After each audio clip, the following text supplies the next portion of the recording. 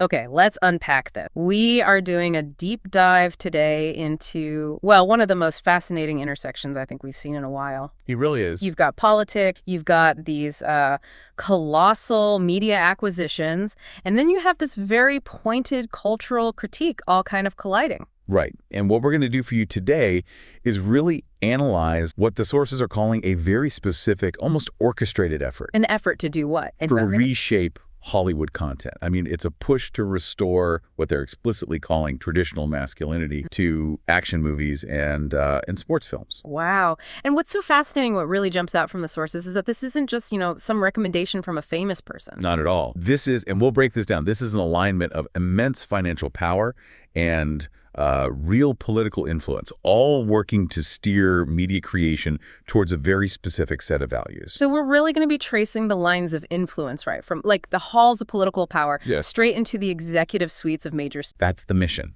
The sources we've got, a really detailed YouTube transcript and a report from Semaphore, they paint a super clear picture of former President Trump's recent forays into pop culture. And these aren't just opinions. They're driven by some, frankly, shockingly powerful relationships in Hollywood and Silicon Valley. Absolutely. So we're going to talk about the power players, the actual genre blueprints they're trying to champion, and how they define these ideas of, duty, honor, all of it. It really is a look behind the curtain. I mean, when you realize the person at the center of this is connected to the second richest man in the world. And that man's son runs a major studio. A studio that's in a massive bidding war for one of the biggest media libraries in America. You realize this isn't subtle. It's not a gentle nudge. It's a direct financial and cultural intervention. And it has some very tangible goals for the kind of heroes we're all going to see on screen. Okay, so let's start at the beginning. The central catalyst here, according to the source, is this dynamic of the pop culture president. Right. The material we looked at really frames Donald Trump as a political leader who is,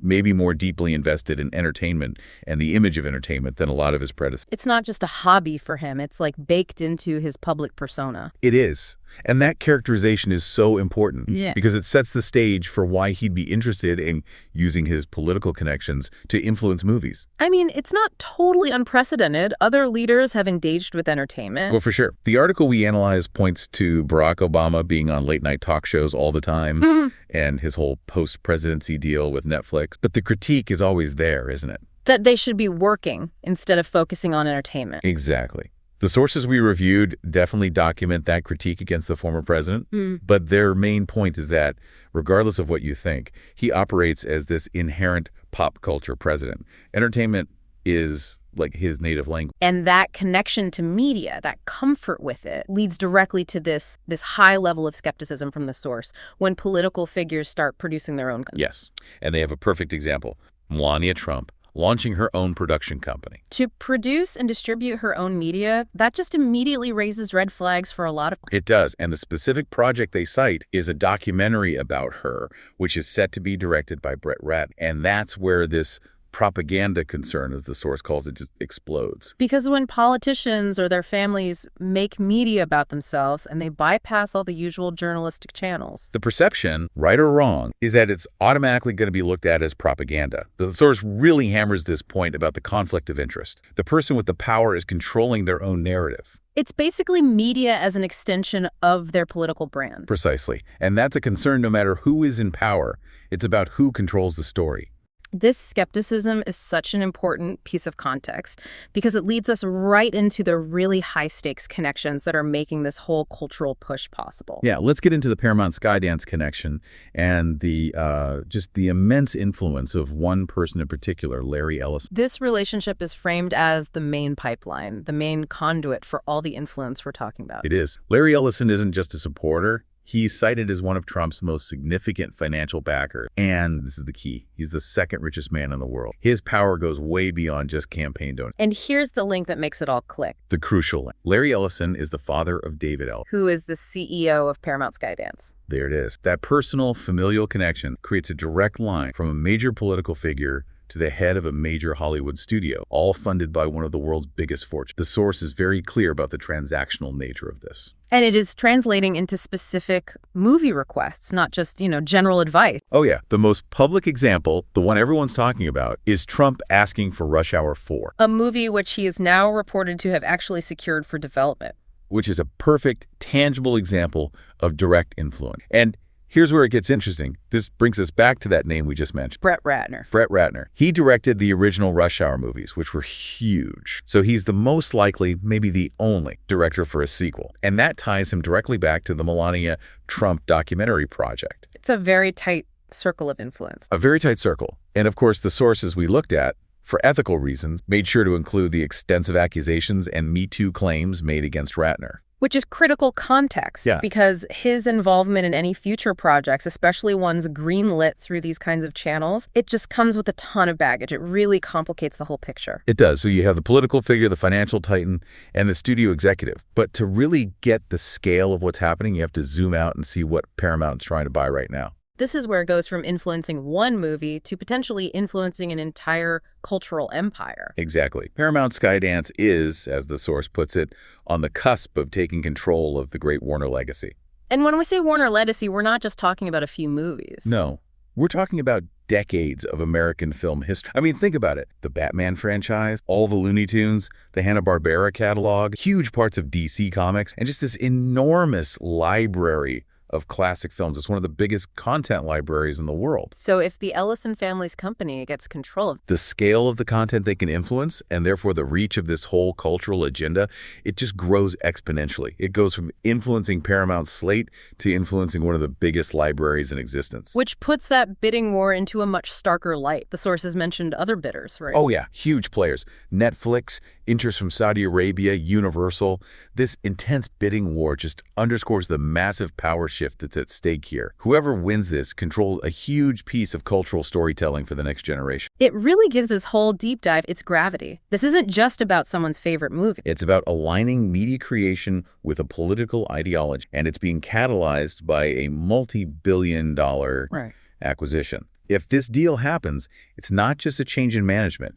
It's a potential ideological shift for a huge slice of global entertainment. Okay, so we've laid out the power structure. The stakes are unbelievably high. We get who wants to make changes. Now we have to drill down into what they actually want to produce. Let's move from the boardroom to the movie screen. So the core mandate, the mission statement, according to the documents we looked at, is incredibly clear. It is. The goal is, and I'm quoting here, bringing back the idea concept of traditional masculinity when it comes to movies. And the specific blueprints for this, the films they hold up as the ideal, are Bloodsport and, again, Rush Hour. You really have to understand these two choices to get the mission. Bloodsport is all about pure physical discipline, unambiguous honor, and just being singularly competent. It's a man enduring insane effort to achieve a clear goal. And Rush Hour, it's a comedy, but it still relies heavily on the competence, the clear sense of duty, and the quick thinking of its two male leads. These models, they just completely reject the idea of an ambiguous or brooding or physically weak male protagonist. They're all about immediate, effective action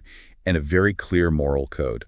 And this vision isn't just a vague idea. The source actually quotes a film producer, a guy named Dallas Sear, gives this surprisingly detailed prediction of the kinds of films he thinks are coming. Yeah, Sear does not mince words at all. He predicts a resurgence of classically male-driven movies with mentally tough, traditional, courageous, confident heroes. He even says they can be a tad cocky. Right, which adds that little bit of swagger. But he insists their core dedication has to be to honor and duty. And then, of course, you need the genre trappings. Let me guess. Explosion, gun battles. A few explosions, gun battles, helicopters, fistfights, and car chases. Yeah. It's a very specific recipe for a hero who is unflappable, competent, and morally resolute. An alpha. And this recipe immediately leads them to a bench. The source material basically positions the 1990s as the definitive peak for action entertainment, the golden age that really embodied all these values. And it makes sense why. The 90s, especially coming after the complexities of the 70s and 80s, felt like a return to cleaner, high-content. The heroes in those movies, they often worked inside established this military, the CIA, Secret Service. And even when they broke the rules, it was always in service of a greater good, usually a patriotic or community folk. Their duty was the most important thing. The moral lines were drawn so boldly.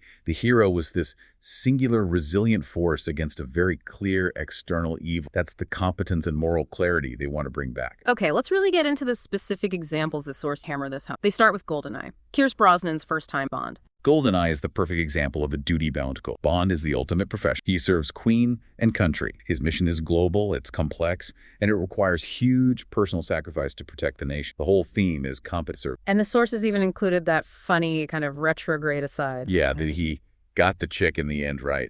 Which, it highlights that in this traditional masculine narrative, successfully completing your duty, saving the world, was often paired with these personal, traditionally masculine rewards. It sort of cemented the heroism as complete within that specific cultural model. Okay, moving away from spies, source also brings up the Jack Ryan specific, clear and present danger. These are such interesting examples because they show moral alignment even when the plot is about, internal government corruption. Jack Ryan isn't a super soldier.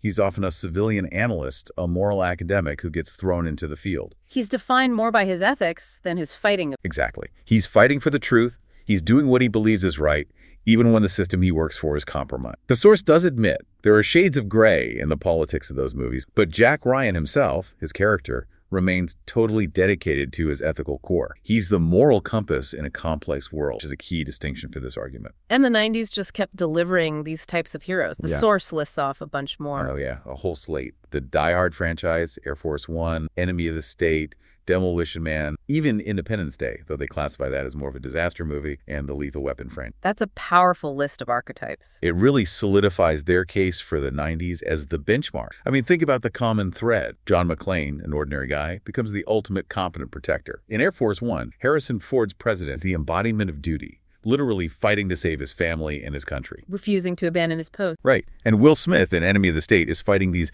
massive, clear-cut government abuses. All these heroes represent individual resilience and unwavering dedication against a clear evil, whether it's terrorists or a corrupt institution. They stand up because they can and because it's their duty. But the source does take a moment to acknowledge a big exception from that decade, a film that was huge but didn't fit this mold. Michael Mann's Heat. Heat, yes. And it's the perfect contrast. The source uses it to highlight the kind of ambiguity they think modern Hollywood has become obsessed with. Heat is all about the shared philosophies of two men, Macaulay the criminal and Hannah the cop.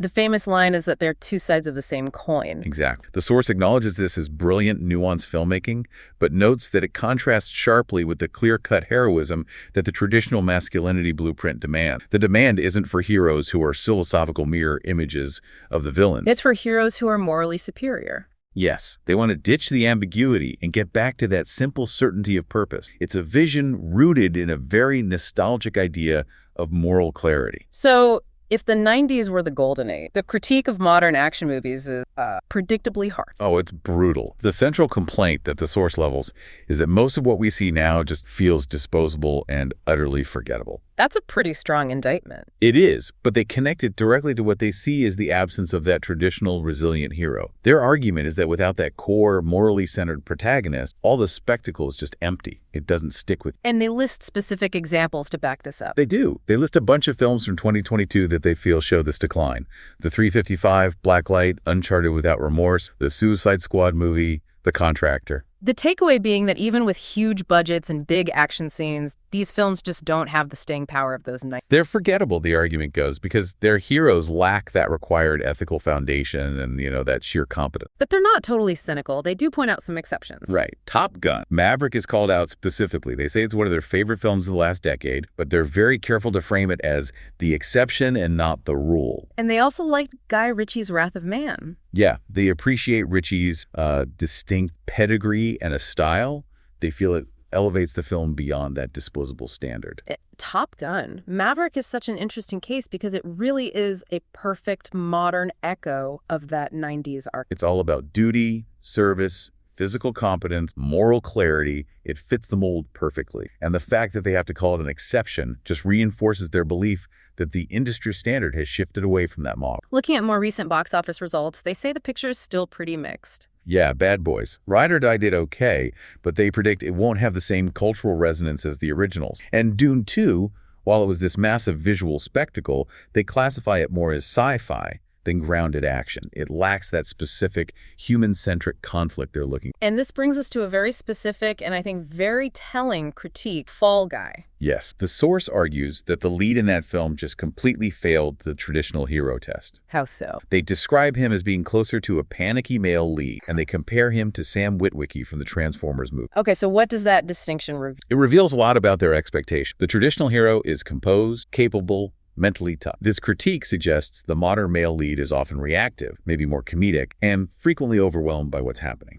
And the source has a theory as to why that shift happened. They do. They reason that it's partly because the genre itself has changed. If the threats are now giant alien robots and world domination, these huge over-the-top stakes, then the grounded human heroism of a 90s star can feel kind of inadequate. So the hero becomes someone who just survives through luck or outside help, Instead of being a competent force who imposes his will on the situation. And that is a key part of their definition of traditional masculinity. And this shift in the hero archetype is tied directly to a very sensitive cultural argument the source makes about gender roles. This is a huge part of their dissatisfaction. They use this specific analogy to explain what they believe is a fundamental difference in storytelling that modern film ignores. What's the analogy? They suggest there's a common psychological distinction. Men, they argue, tend to daydream about saving the day, stopping terrorists on a plane. Women, on the other hand, typically dream of protecting the children. So they're presenting this as like an inherent difference in how men and women approach heroism. And they argue that modern films ignore this fundamental truth about human nature in favor of sending an ideological message. Which leads right into their critique of female leads being cast in traditionally male action roles. They mention movies like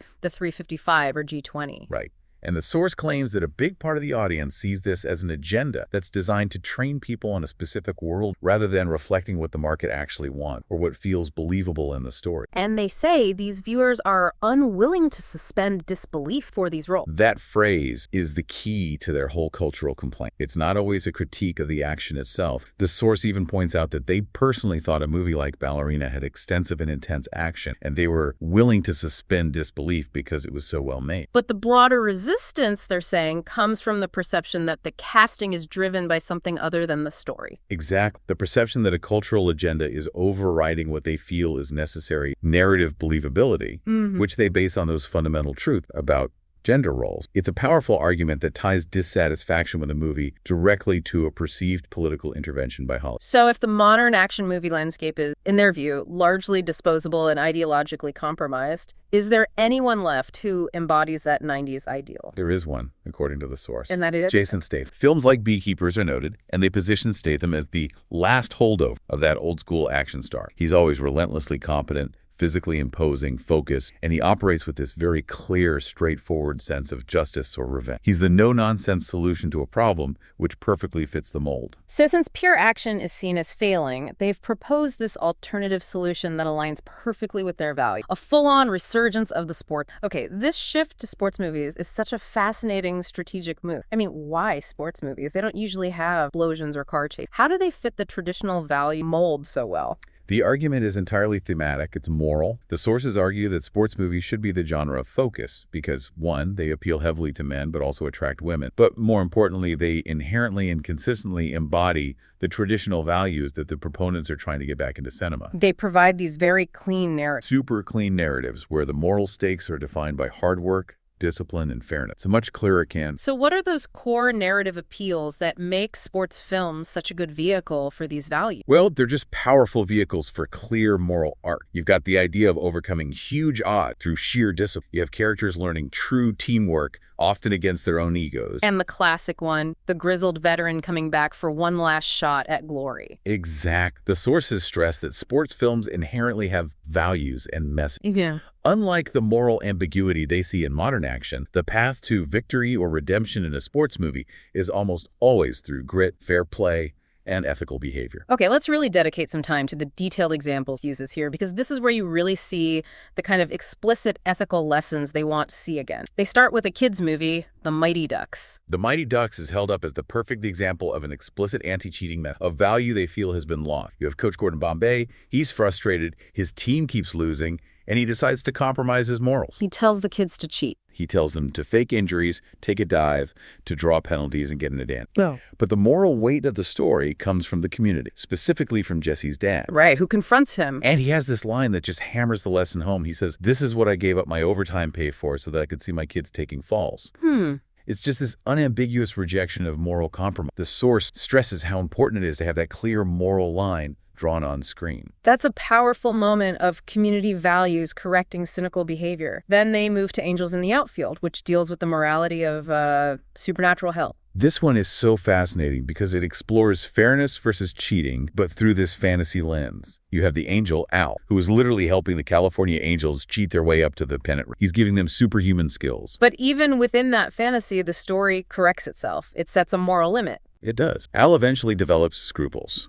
He says they can help the team, but not that much. And that signifies this incredibly powerful point, that ultimate success and honor have to be earned through human effort. They can't be achieved through unfair, unearned supernatural. It establishes that even magic has to play by a moral code. It reinforces that merit-based. Exactly. And finally, the source's deep dive into Rookie of the Year as the ultimate story of redemption and grit is so telling. They really break this one down. You do, because it's packed with layers that fit their framework perfectly. The plot is Henry Rowan Gardner's fluke injury that lets him throw 110-mile-per-hour fastballs. And while that's an unnatural advantage, the source argues it's a fluke of nature, not cheating.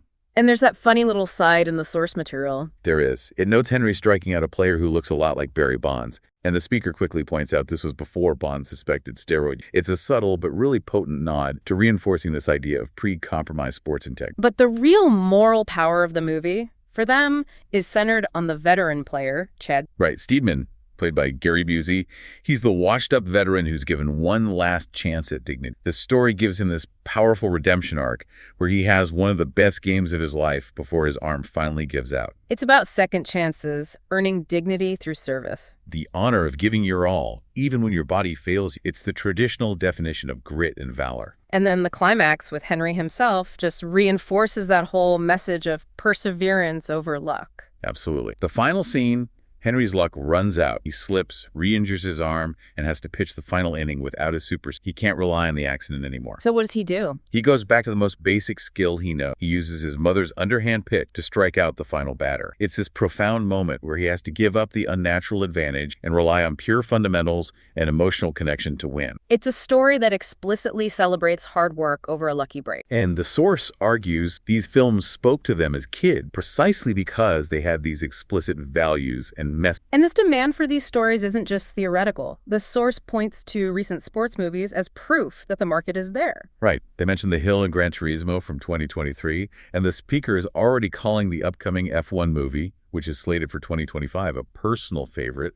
The genre is just ripe for this kind of culturally aligned comeback. And when you contrast clear moral stories with the ambiguity they criticize in modern act, you really see why the sports movie is the perfect vehicle. It offers a clean slate. It's free from the complexity of espionage or modern political cynicism. It's just about the game and the character of the people who play it. So this push for clean action heroes and morally clear sports, it all comes back to one final overarching crit that really summarizes their whole problem. It does. They argue that Hollywood is fundamentally obsessed with nowadays with shades of gray. That's the ideological roadblock for them. It is.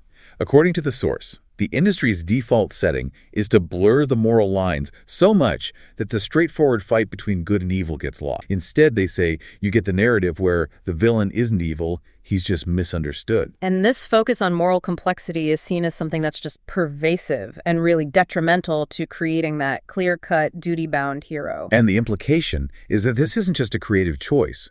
It's seen as a deeper, almost failure of discipline within the storytelling community itself. A failure of self-control. Precisely. The source expresses a genuine worry that Hollywood lacks the self-control to avoid trying to excuse evil. This drive to give every villain a complex, tragic backstory that justifies their terrible actions is labeled the quête du jour. It's the dominant trend of the day. And if every villain is justified, then the clarity of the hero's mission, their dedication to honor and duty against a clear evil, it just gets immediately muddied. The focus shifts away from competence and moral clarity and toward this complex, ambiguous psychological analysis, which they feel just dilutes the whole hero narrative. Yeah. So if we pull back and look at the big picture, the political and financial influence of figures like Trump and the Ellison is basically being used to mandate a high-stakes attempt to yank Hollywood back to a simpler, more black and white time. That's the perfect synthesis of the source material. They're advocating for both genres to achieve this correction. They want more great sports movies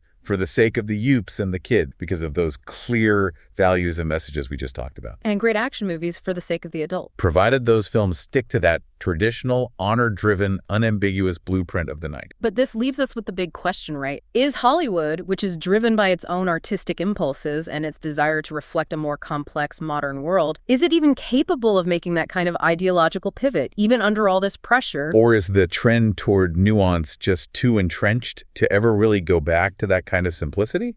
That seems to be the central conflict. Okay, let's synthesize this entire deep dive. We have meticulously walked a direct, very specific effort, one that's driven by powerful political relationships and massive financial involving Donald Trump and the Ellison family. And it's all aimed at steering major studio specifically at Paramount Skydance. The cultural critique at the center of it all is about restoring traditional masculinity, which they define not by cynicism, but by duty, honor, and courage. And this effort has two main goals. First, to revive those specific high-competence 90s action formulas, your John McClanes, your Jack Ryans. And second, to strongly champion the morally clear narratives you find in sports film, using movies like Mighty Ducks and Rookie of the Year to really underscore the lessons about anti-cheating, grit, and redemption. So the whole discussion really highlights how cultural critique, huge studio ownership stakes, like that massive Paramount Warner bid and political, are all converging. They're pushing for very specific, very traditional definitions of heroism and morality. It is a direct, calculated counter to what they see as Hollywood's current obsession with shades of gray and the misunderstood villain narrative. So if we connect this to the bigger picture, it raises a really important question for you, the learner, to think about. When these foundational media shifts are driven primarily by specific cultural agendas, ones that are tied to immense wealth and political power, does that fundamentally change the art? Right. Does the focus move away from what's artistically or commercially interesting and more toward what is ideologically compliant? The battle lines are really being drawn right now. So what does this all mean for you, the consumer? Whether you personally love the clear-cut heroes of the 90s or you prefer the more nuanced character studies we see today, this intense high-stakes debate means that the very definition of a hero and who gets to finance and define that hero is being fiercely fought over in the highest boardrooms in Hollywood. It's truly a battle for the soul of the blockbuster.